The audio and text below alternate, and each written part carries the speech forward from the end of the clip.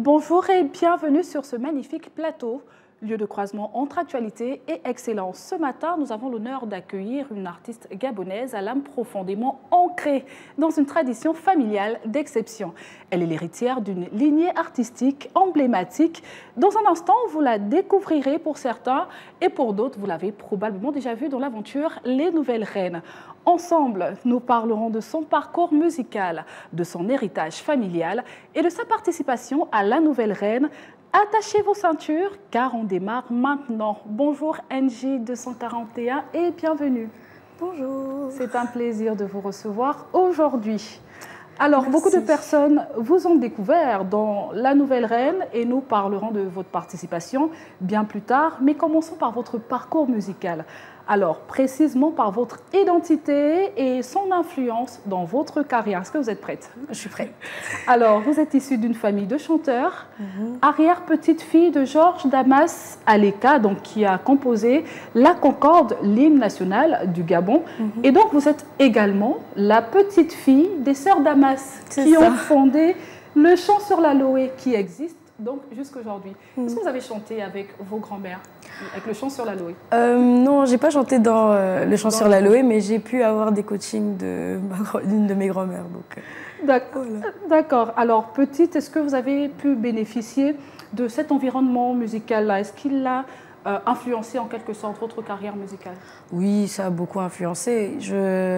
Depuis petite, j'avais l'habitude de chanter avec mes oncles qui sont artistes, ils jouent de la guitare, etc. Donc j'ai l'habitude. Donc en plus de l'arrière-grand-père, des grand-mères, il y a aussi les oncles. Oui, quasiment, c'est de famille. Dans toute la famille, il y a au moins, un ou deux chanteur. artistes. Franchement, c'est ou quelqu'un qui pas bricole peut-être une guitare, quelque chose du genre. Ça fait toujours du bien qu'on se retrouve pendant les week-ends, en famille et tout. On fait toujours des spectacles. On n'a pas besoin de louer qui que ce soit. Exactement. On se met en scène, donc ça c'est cool. Alors parlons de votre style musical. Vous avez un style, on va dire, plutôt moderne. Comment cet héritage familial-là a influencé votre musique? Ce que j'aime avec les gens de ma famille, tous, c'est que chacun fait ce qu'il aime. Il n'y a pas un style précis qu'on fait. D'autres ont décidé de chanter en miennais. Moi, j'ai décidé de chanter en français et un petit peu en miennais et en anglais aussi, pourquoi pas. De mettre tout ce que je connais en fait en scène, en écriture, donc voilà.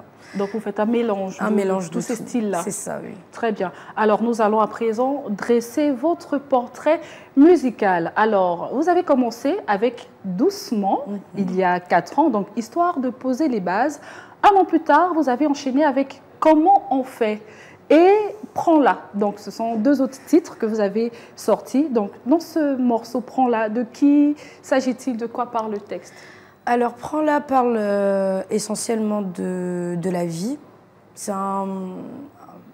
une chanson qui s'identifie un peu à tout le monde. Très bien. Dedans, je dis que les gens peuvent raconter ce qu'ils veulent, mais au final, c'est ta vie. Il va falloir que tu fasses ce que tu veux et voilà quoi. Donc il faut la prendre en main. Et moi, je parlais un petit peu de la musique, par rapport à la musique, que j'aimais ça, et à un moment donné, il va falloir que je me jette. Exactement. Et pour vous jeter, il y a également Compter les heures, toujours disponible il y a 3 ans. Vous avez posté ça il y a 3 ans. Oui. Donc c'est une ballade qui parle d'une femme qui cherche son homme, qui s'inquiète pour sa fille. Donc une femme qui est condamnée à passer des heures à attendre ce monsieur qui ne vient jamais finalement.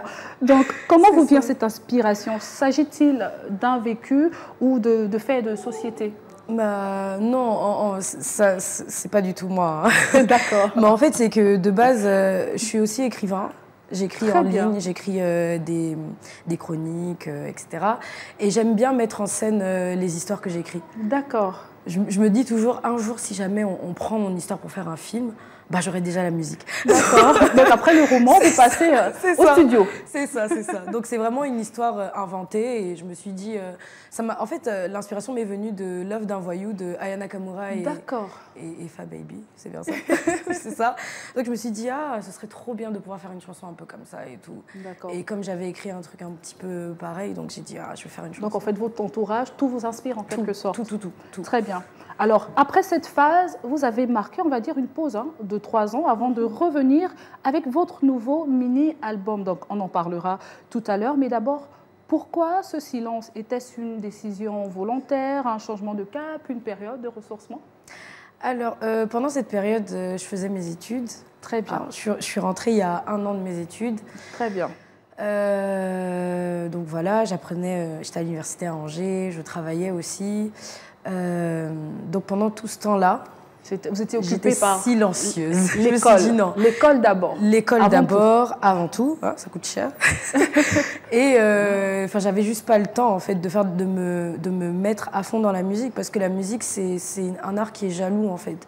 Ça coûte cher, ça demande du temps aussi, exactement. Et au début, quand je faisais ça, mes études en pâtissaient. D'accord. Et donc, vous avez décidé de privilégier d'abord vos études et ensuite la musique. Et après, quand j'ai fini ce que j'avais à faire, je me suis dit, qu'est-ce que je veux faire? J'ai pas envie de me lever tous les matins à 8 h dans les embouteillages et tout. Ok, d'accord. Mais j'ai toujours voulu faire de la télé, de la musique. Je voulais être un petit peu partout et pouvoir vivre de mon art, en fait, parce que je ne fais pas qu'une seule chose. Je voulais écrire, je voulais tourner des films, je voulais faire... Je me suis dit, bon, je vais me lancer, on va voir. Justement, la télé, on en parlera tout à l'heure avec Nouvelle Reine. Bon, c'est vrai que ce n'est pas déjà le cinéma, mais on va dire que c'est un début. Alors, donc après votre pause, vous êtes revenu avec ce mini-album intitulé PHA, donc de 7 titres, sortis il y a 4 mois, avec des titres comme Squeezie en tête de liste. Parlez-nous de la construction de cet album. Alors, ça fait 3 ans, 2 ans et demi que je travaille sur cet album. D'accord. C'est fou. Enfin, je savais pas, au début quand j'ai commencé, je savais pas où est-ce que j'allais aller avec ça. Et tout ce que je remarquais, c'est que je faisais des musiques qui étaient différentes, beaucoup plus posées. Parce que dans mon premier album, on sentait vraiment... j'avais du peps. D'accord. Je dirais pas que je suis devenue mollassonne, mais je dirais que je suis devenue plus calme. J'ai pas besoin de m'agiter. Il y a eu un changement voilà, de direction j'ai grandi, je me suis dit non, il faut que je fasse de la musique qui me correspond vraiment. J'ai plus besoin de brailler dans la musique pour qu'on m'écoute. J'ai juste besoin de chanter. Donc ce nouvel album parle d'amour, évidemment. Hein, voilà, bien évidemment. Parce que j'adore parler de l'amour. L'amour chaotique, l'amour triste, l'amour heureux, l'amour entre une fille et sa mère. Enfin, toutes sortes d'amour, j'adore parler de ça. Et donc cet album parle essentiellement de ça et c'est beaucoup d'histoires personnelles. Ah, cette fois-ci. C'est ça, mais que j'ai essayé de généraliser pour que ça puisse parler un peu à tout le monde. Et donc PHA, que signifie PHA? PHA, tout simplement, une petite histoire d'amour, mais c'était trop long. C'était un peu long, PHA. Mais je sais que les Gabonais, quand ils vont entendre ça, ils vont dire Fa. Ah, PHA, Fa. Ok, d'accord. Le raccourci est très vite fait. C'est ça, PHA. Alors aujourd'hui, est-ce que vous vous sentez investi d'une mission particulière en tant qu'héritière de ce riche patrimoine quand même? Vous avez un devoir de transmission? Je dirais pas, enfin, je pense pas que ce soit un devoir de transmission, mais j'ai envie de pouvoir rendre fiers mes parents. Hein, vous savez que c'est pas évident de se lancer dans la musique et surtout au Gabon. Vous voyez, quand je parle de ça, je suis un peu émue. Wow, c'est tout à fait normal. Mais c'est pas évident de se lancer dans ça et que tout le monde croit en vous. C'est pas du tout évident. Il y a d'autres personnes qui vont penser que tu fais rien, tu glandes, tu as mieux à faire, tu as des diplômes, mais pourquoi tu les utilises pas? Mais c'est ce que j'ai choisi en fait. Et personne ne va me... Exactement. Voilà, donc j'ai envie de pouvoir rendre fiers mes parents, mes grands-parents, mon arrière-grand-père. Donc voilà. Et votre famille a-t-elle cru en vous? Oui, j'ai le soutien incommensurable de ma mère, hein. On va pas se mentir. J'ai le soutien de ma mère, de mes oncles, de mes tantes qui me suivent.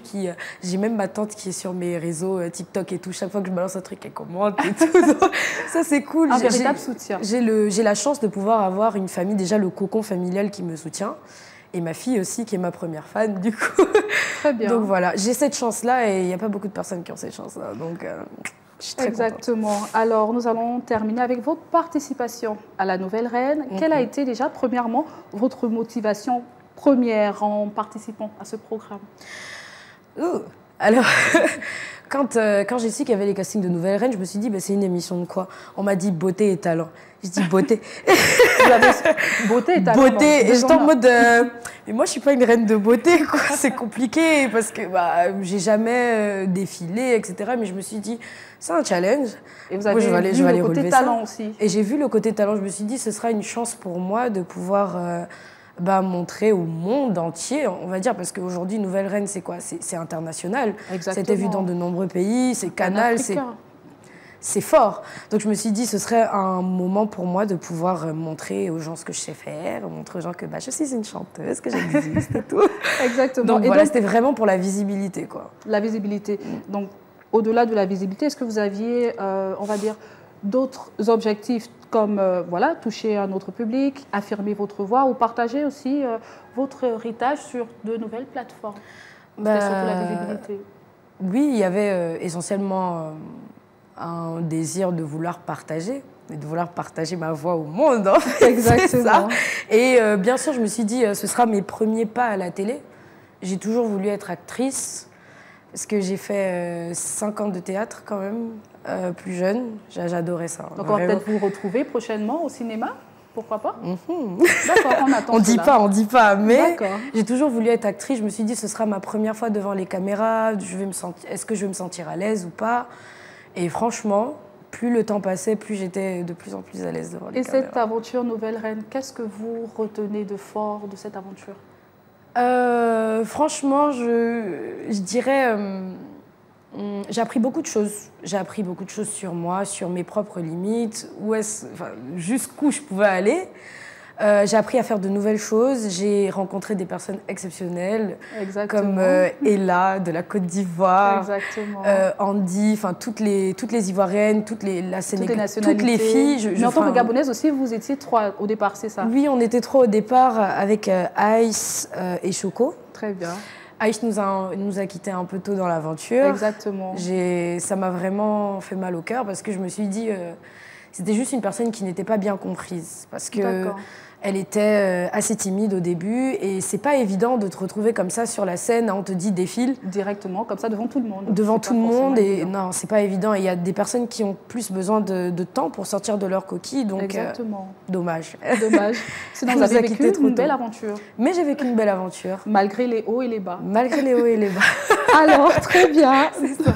Dans votre biographie, vous êtes également danseuse. Donc, vous êtes artiste, auteur, compositeur et danseuse. Est-ce que vous avez des projets dans ce sens? Et danseuse. Aujourd'hui, je peux le dire fièrement. Franchement, après avoir fait des chorégraphies de la coach Blondine pendant plusieurs mois, je pense quand même que les chorégraphies, maintenant, je peux. Donc, alors, quels sont vos autres projets à venir? Je dirais, je me concentre essentiellement sur la sortie de mon album. Très bien. Parce que voilà, il va falloir beaucoup de communication, beaucoup de trucs autour de ça, et sur le cinéma. Alors, très bien, nous sommes arrivés quasiment à la fin. Merci beaucoup, NJ 241. Merci à vous. D'avoir participé à ce témoignage avec nous entre héritage que vous incarnez et la voix que vous portez aujourd'hui. Alors, avant de laisser l'antenne, vous allez interpréter quelques secondes de votre nouveau titre, Squeezie. C'est à vous, l'antenne. Ok. Le son. Mon cœur est simple. Depuis ton absence, il a flétri au loin. Je suis restée parmi ces souvenirs entassés qui me manquaient. On a créé l'amour envers et contre tout, cette histoire est à nous.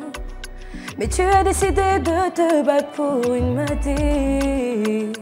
Toi tu les enchaînais et moi je t'attendais, peu importe le nom. J'ai préféré rester dans l'ombre à me mentir. Mais quand je te vois mon cœur fait la chaleur de tes lèvres impossible à effacer. Mais quand je te vois mon cœur fait le dilemme est de taille quand mon cœur balance pour toi. Merci beaucoup Angie 241. Merci d'avoir illuminé ce plateau. Donc le titre il sortira quand déjà? Avant de terminer rapidement. C'est prévu pour fin septembre. Fin septembre. Début octobre. Donc on attend fin septembre. On attend. C'est un plaisir d'être avec vous aujourd'hui. Merci beaucoup. Merci à vous également de nous avoir suivis. C'était un plaisir de vous servir. Notre invité de la matinale illustre avec grâce cette continuité vivante entre mémoire familiale et envol créatif. Puisse chaque note résonner de génération en génération pour inspirer, émouvoir et préserver ce flambeau musical unique. À demain sur les antennes de Gabon 24.